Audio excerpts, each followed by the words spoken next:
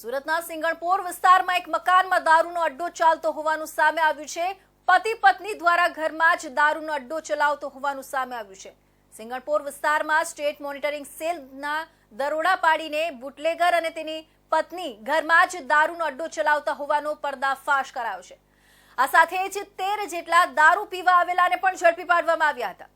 દરોડા પાડ્યા ત્યારે બુટલેગરની પત્ની જ ઘરે હાજર હતી અને પકડાઈ જવાના ડરે તેની પાસે રહેલો દારૂનો અને બિયરનો જથ્થો તેણે રસોડાની વોશ બેસિનમાં વહાવી દીધો હતો।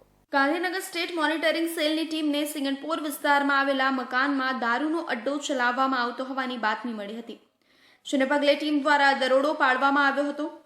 એસએમસી દ્વારા સિંગણપુર વિસ્તારમાં મોટીવેડ ખાતે ટેકરાવાળા ફળિયામાં મકાન નંબર 34માં દરોડા પાડ્યા હતા। ટીમ જ્યારે ત્યાં પહોંચી ત્યારે દૂરથી જ ઘરની બહાર ટોળું હોય તે પ્રકારનો માહોલ હતો। ટીમ દ્વારા અલગ અલગ દિશાઓમાંથી કોર્ડન કરીને આ તમામને પકડી પાડવામાં આવ્યા હતા। રેડ કરવામાં આવી હોવાની જાણ થતાં જ મકાનમાં રહેનાર બુટલેગર નવીન કંથારિયાની પત્ની આશાએ અંદરથી દરવાજો બંધ કરી દીધો હતો। દારૂનો જથ્થો ઘરે લાવ્યા બાદ બુટલેગર નવીન ફરાર થઈ ગયો હતો। મહિલા પોલીસને બોલાવ્યા બાદ બુટલેગરની પત્ની પાસે દરવાજો ખોલાવવામાં આવ્યો હતો। અંદર તપાસ કરવામાં આવતા રસોડામાં દારૂ અને બિયરની બોટલોને વોશ બેસિનમાં ખાલી કરી દેવામાં આવી હતી।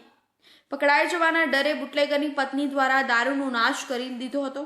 સ્ટેટ મોનિટરિંગ સેલ દ્વારા દારૂ પીવા આવેલા 13 જેટલા શખ્સોને ઝડપી પાડ્યા હતા, જ્યારે લિસ્ટેડ બુટલેગર નવનીત ઉર્ફે નવીન પ્રવીણભાઈ કંથારિયા, તેની પત્ની આશા કંથારિયા અને આ દારૂનો જથ્થો આપનારને વોન્ટેડ જાહેર કરવામાં આવ્યા છે।